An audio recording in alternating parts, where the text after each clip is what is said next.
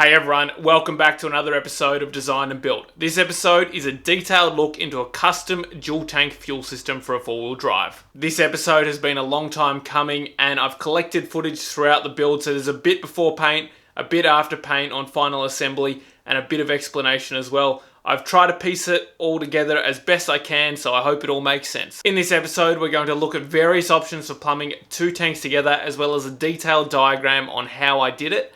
Then we're going to go into some fabrication and some assembly. Let's get into it. As far as I'm concerned, there are two popular ways to plumb a dual tank system.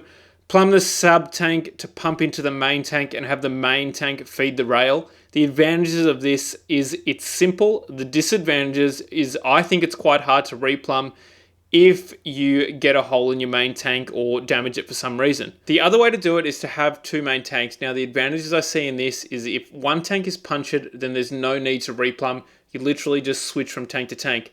It's also easy to replumb if the solenoid breaks. You just need a male barb connector. There's also less chance of burning out a pump due to the run dry, and that's because you're switching in between tanks. You're not just leaving one pump on for a set period. Now, the disadvantages are the wiring is a little bit more complicated. There are probably some more advantages and disadvantages I haven't thought of as well, but this is just really high level and the way I thought it through. Now, with that in mind, here's a flow diagram of my fuel system. I landed on option 2. In my opinion, the pros outweigh the cons, and I like the idea of having two main tanks. Although there is absolutely nothing wrong with pumping one tank into the other, and it's common for a lot of dual fuel systems to be set up in this way. Let's focus on the fuel feed first, which are the blue arrows. The fuel enters the system from filler 1 and 2, which will fill up tank 1 and 2 accordingly. The fuel is then filtered through a coarse 75 micron filter before it enters the low pressure pump. The low pressure pump pumps the fuel into the surge tank. Only one of these low pressure pumps will be active at the time. The surge tank feeds the high pressure fuel pump, which feeds a finer fuel filter of 10 microns just before the fuel goes through a fuel pressure regulator and enters the fuel rail. It then goes through the injector and into the combustion chamber. So this is a return system, so the unburnt fuel returns to the surge tank. The fuel returns to either tank 1 or tank 2 depending on which pump is active. We want to ensure that we're returning to the same tank we are pumping from, otherwise there is a risk of overfilling the other tank, hence the need for a solenoid. Let's look at the breather system now. The arrows are in red. Really important to have a vent path, otherwise filling is impossible and you'll get a lot of splashback and the tanks would pressurize over time. The breathers feed into rollover valves, which ensure that in case of a rollover, no fuel would be draining out of the tanks and spilling everywhere. They enter the carbon canister, which is designed to trap fuel vapour and is a legal requirement in Australia for certain levels of emissions. The stored vapour then goes through a purge line into the intake manifold when the car is running under certain conditions, which is controlled by a purge valve. The carbon can also vents to atmosphere for events like filling. That's about it for the fuel system overview. Let's get into the build now. Managed to get all the bits for plumbing my fuel system, so thank you so much to barrowtheworld.com and Premier Auto Trade for sorting me out with all this stuff. So it feels like I've got the whole catalogue of the racework stuff. There's just so much stuff here. Look how big the stacks are. But in reality, I've just scratched the surface. They do so many cool products and they do a lot of specialist barrow fitting. So be sure to check them out if you actually want anything, specifically barrow related. I was buying the racework stuff because it's good quality at a reasonable price in comparison to some of the other brands out there. So they've hooked me up with everything that I need to plumb my fuel system. And I've also got a billet fuel rail and a fuel pressure regulator, which I'm pumped on, and I've actually ended up going some different pumps, so we'll get to them when we get to the plumbing. So I'm not going to go through all this in detail right now, otherwise I'll just make a half-hour video of me going through parts in detail. We'll go through it once it's all plumbed up and as we're plumbing it. So with the standard reg and rail on the motor, with the chassis, we don't have much clearance for the fuel pressure reg in the back. So we're going to go an aftermarket rail and regulator, so it will give us more adjustability of where we can run our fuel lines. And for tuning wise as well, we can just notch that in a little bit better. With the Raceworks rails, super easy to do. They actually come with pre-labeled A, B, C, D mounts, and the brackets that come with them as well, they're all labeled. So we're just going to bang them on. They'll line up to our holes perfectly. And that's it, so we'll get that installed. Setting up the fuel pressure regulator here. So previously we've already mounted the main tanks using the cradle system. Here I'm mounting my 1 litre surge tank in line with the chassis rail.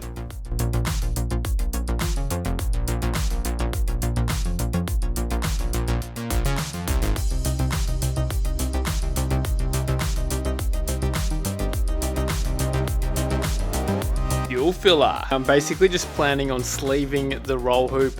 I've got a piece of tube that's going to go straight through, and then I'll be able to put the filler neck through there, and it'll be nice and clean. I'll probably have to get a cap at some stage and then sort of plumb it across and down, or down and then across. But I guess the reason why I'm not doing it at tray level is because you'd never be able to get the tank full.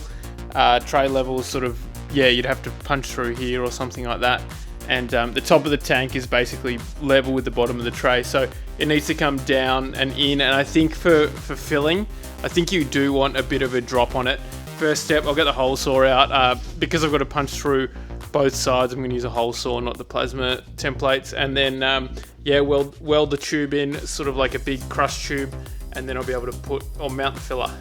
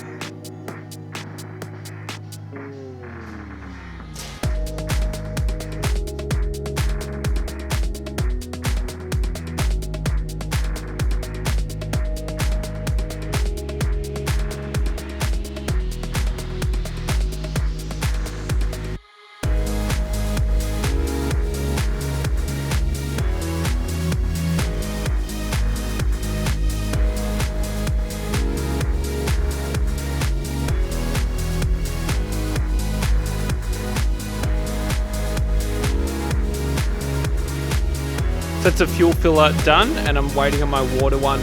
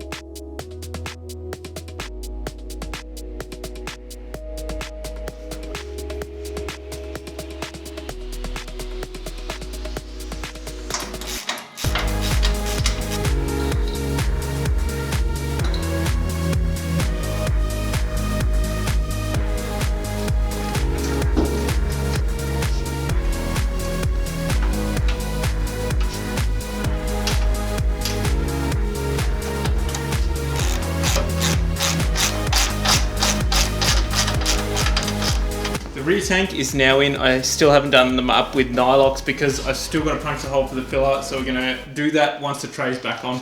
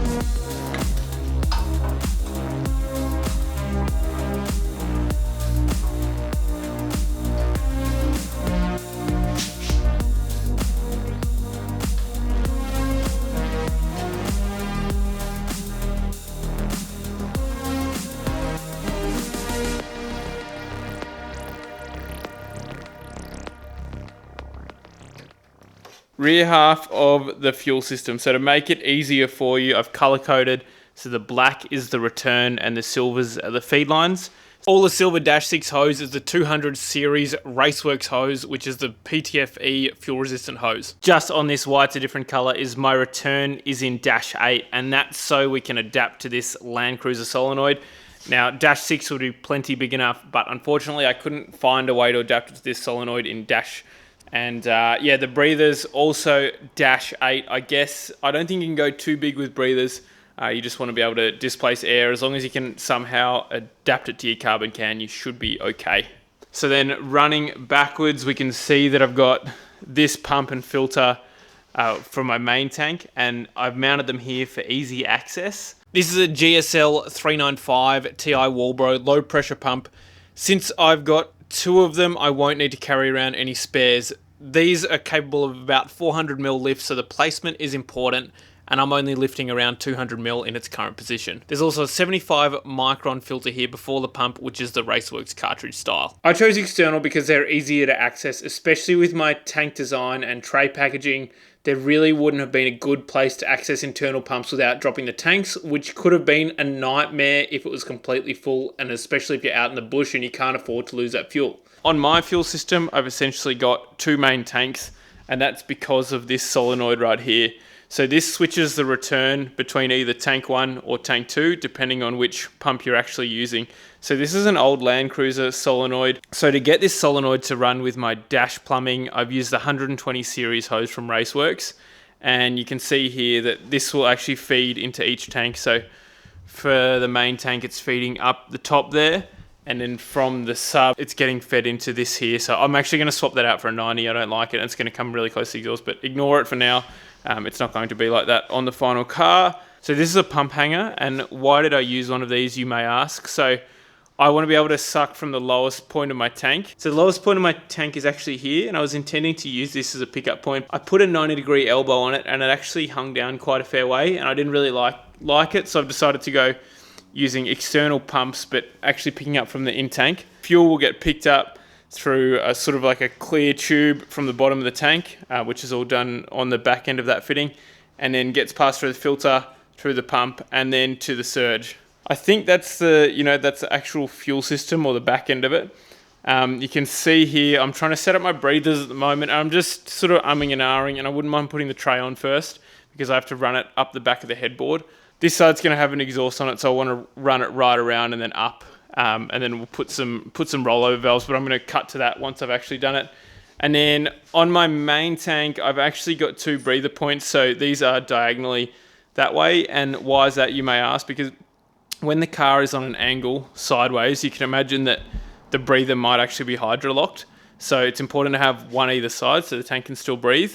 Now, unfortunately, due to packaging constraints, I can't do that on my rear tank, so it is breathing through here.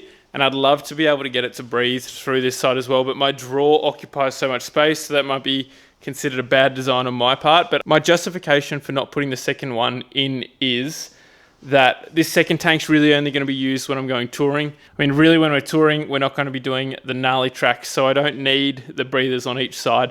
A lot of cars won't run breathers on each side of the tank. All my breathers are done in Dash 8 push lock. I've actually got my carbon can in here as well. I've got to plumb my breathers to run through the carbon can, and then I've got to plumb a purge line to the inlet. Then we'll be able to meet all the requirements to let us get this thing engineered. Bit of a change of scenery. We're out here boiling hoses tonight, so I didn't fully understand that this was a thing for push lock hoses, but it is. So you just soften up the rubber, then you take it over to your aluminium soft jaws, and then you're just able to do your push lock fitting very, very easily. Beautiful. Rinse and repeat 50 times. Raceworks were really kind, and they sent me this bead roll that they do, and I'm so glad that I've got it, and it sort of changes the way that I did the fuel system.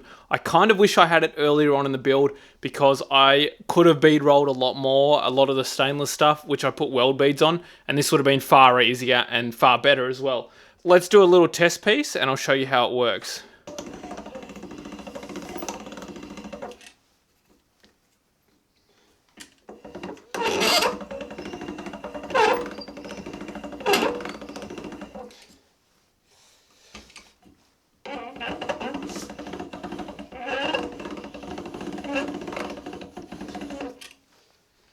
probably on the borderline of getting a little bit too carried away, but I was excited to use it. So you really don't need much of a bead to hold the hose on. This is awesome, and I'm going to use it for my fillers, and I'll show you how to do that later in the video.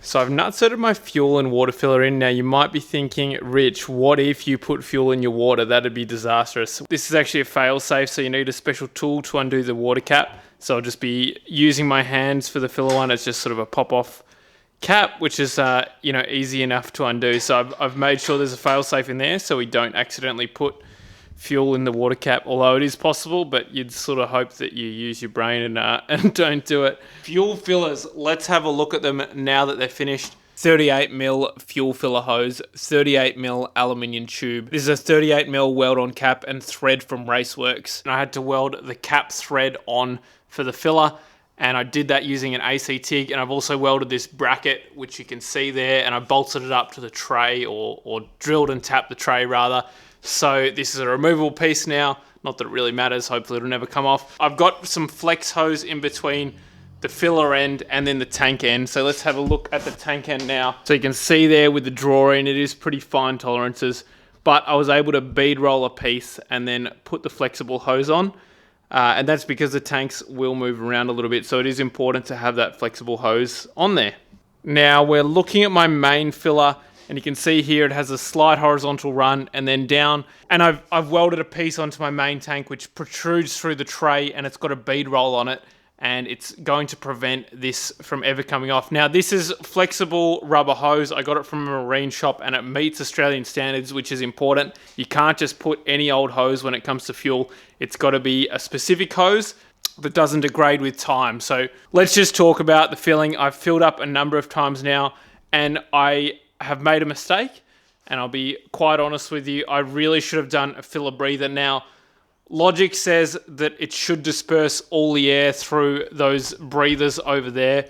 However, I think it can't disperse it fast enough for my system. And as I mentioned, I've got a breather either corner of the tank on the front one, and it's just unable to disperse the air fast enough. So I'm going to have to weld in something to the tank and then weld a nozzle up in here and then do a filler breather. So essentially it's just for filling purposes, and it's just going to allow the air to disperse from the tank a little bit quicker, and I won't have any dramas like splashback when I'm filling. So that's a real rookie error on my part. I did think about putting it in at the time, but I thought the air would disperse fast enough, which it doesn't, unfortunately. Now the car is together, let's run through the fuel system from the top. We're looking at the engine bay, and we've got my Raceworks aftermarket billet rail, which is a really cool looking piece of kit. There are a few advantages to this Raceworks rail, including a bigger bore size, which means you can feed more fuel into the engine. Not really applicable for my application at the moment, but it has sort of future-proofed the system.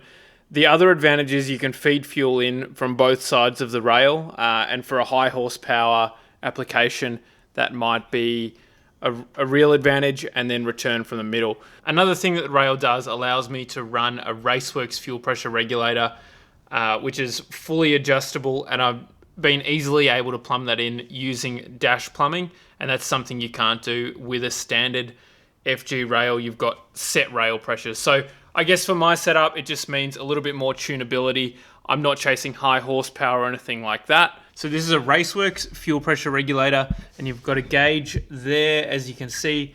Now, I can't quite remember what we set this to, but when we were on the dyno a few weeks back, we played around with it just to make sure we were getting adequate pressure, and we are. So the engine is running okay, and there is a dyno episode coming out, but we've got to go back, and I'll explain why once that all comes out. Let's just focus on the front half of the fuel system. The first thing we have before the rail is a 10 micron filter, which ensures no dirt goes through the fuel system.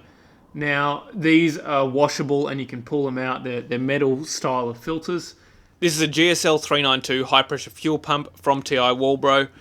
I had an 044, but this has some major advantages, like it's much quieter and more compact. It'll lift fuel from the suction side where an 044 won't. Not that it really matters in my application, and it also has an inbuilt check valve. I've mounted everything offset off the chassis. I was planning on running brake lines down the passenger side of the chassis, but it didn't work out for various reasons. Now let's have a look at my surge tank. You may recall from about 12 months ago, I actually fabricated this surge tank. So this is a 1 litre capacity, and you can see here, this is the fuel feed. So this is the lowest point of the tank, which means that when we're going over angles and the four-wheel drive's tilting from side to side, we should have always fuel in the system, which is really important. So you can see on this side, the return is above the feed, which is also really important. And then on the back side of it, we have two feeds from the low pressures, which now have check valves in it. So you can see here, these 2 ports, which are equal in height horizontally. So as long as the low pressures are higher than the fuel feed, then you're in business. If they were lower or the same height, then you might run into some issues with fluid flow.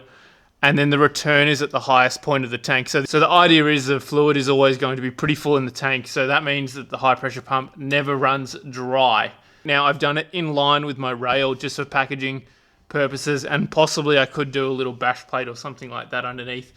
But yeah, we're going to monitor it and see how it goes. Let's turn our attention to these check valves. Now these are a Raceworks product. It's important to note you really should have check valves in front of your pumps, especially the way I've plumbed my fuel system.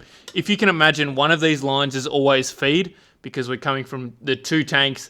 So one of these lines is always feeding, and then without a check valve, fluid would be able to return through the other line, and then it would go back through the pump. And there's a possibility that you could get fluid into the other tank. So really important to have these in the system to make sure we're not returning fuel down the wrong line. So this is a 3mm aluminium tank. I've also welded in 1/2-inch MPT bungs, and then I'm using a 1/2-inch MPT to -6 adapter. Now there are a heap of different weld-in bungs, and possibly in hindsight I could have used a -6, but I went with MPT throughout the whole system.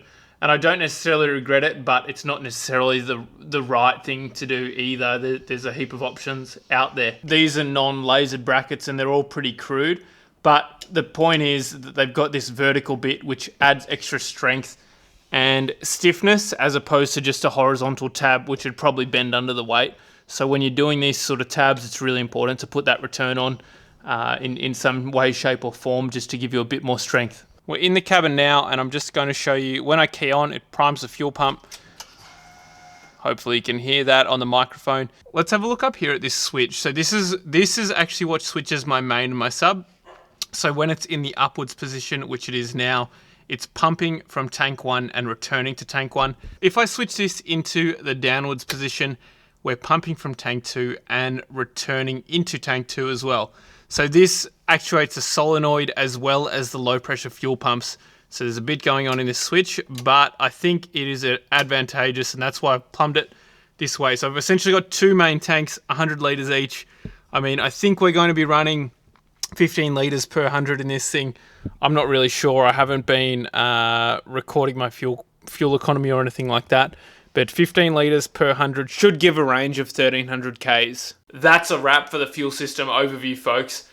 I really wanted to put out an episode on the fuel system because there was a lot of thought and planning that went into the fuel system, and I personally found it one of the trickiest parts of the car to get right. So hopefully you got something out of this or just enjoyed watching the build. I can't thank barreltheworld.com and Raceworks enough for their help with the fuel system. Not only do they provide me with parts, but they actually help me with the design of the fuel system. So huge shout out to them. If you're interested in how I made the tanks or how I mounted the tanks, be sure to check out these 2 videos up here. There was a lot of work that went into that before we got to this episode. Probably 1 or 2 more build episodes to go before we get onto the tracks and start driving this thing off-road. So if you like this content and want to see more of the build, don't forget to hit like and subscribe. Thank you.